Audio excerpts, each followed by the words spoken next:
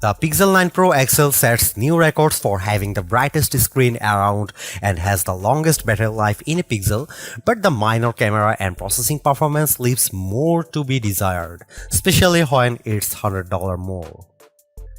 Something different happened last fall. For the first time in a long time, I made a Pixel phone as one of my daily drivers, and it's a decision I don't regret after putting the Pixel 8 Pro through countless photo shootouts and comparisons against all the best phones around. Now that its successor is finally here, I have high expectations for the Pixel 9 Pro XL. That's because the Pixel 8 Pro stuck around for almost a year, even when newer Android phones like the OnePlus 12 and Galaxy S24 Ultra tried to tempt me away from it. Google's rearranging its Pixel lineup because instead of just one flagship model, we are getting two Pro models instead. Technically speaking, the Pixel 9 Pro XL is the direct successor to the Pixel 8 Pro because of their similar sized screens, whereas the Pixel 9 Pro has a much smaller display. I break down all the details about them in my Pixel 9 and Pixel 9 Pro versus Pixel 9 Pro XL comparison. Given the opportunity of the iPhone 15 Pro Max and Galaxy S24 Ultra, Google's arming the Pixel 9 Pro XL with bigger upgrades like newer cameras, more helpful AI features, and a stronger, more durable design.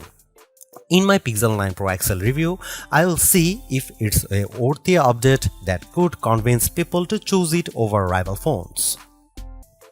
I am starting to believe that phone makers are leaning on software more so than the hardware to propel their cameras, and the Pixel 9 Pro XL is proof of this. That's because its triple camera system consists of a 50 megapixel main camera, 48 megapixel ultra wide, and 48 megapixel telephoto with 5x optical zoom. Technically speaking, the main and telephoto cameras are identical to Pixel 8 Pro, however, the ultra wide benefits from a wider f1.7 aperture, which makes it more suitable for low light. While the rear cameras are similar for the most part, it's the selfie camera that gets the biggest upgrade. A pixel crunching 42 megapixel autofocusing front camera with a wider 103-degree field of view. I won't spill the beans on how it performs just yet, but it's undoubtedly a big upgrade if you intend on using it a lot. Meanwhile, the camera interface is just as intuitive and robust as ever before. Since it's a Pro model, shutter bugs like myself appreciate the Pro controls that let me dial in a few of the camera settings manually.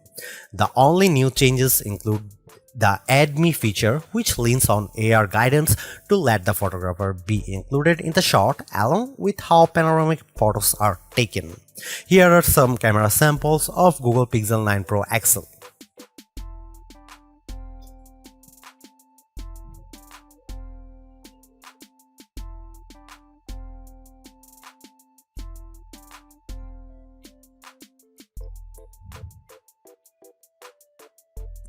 Another reason to choose the Pixel 9 Pro XL is because of its ability to shoot at up to 8K 30fps, whereas the previous Pixel 8 Pro caps out at 4K 60fps. On one hand, I like the extra utility of 8K recording because it gives me more playing zoom to edit videos by cropping them or adding digital pans or zooms in my video editing software, but you will need a high performance machine to handle them.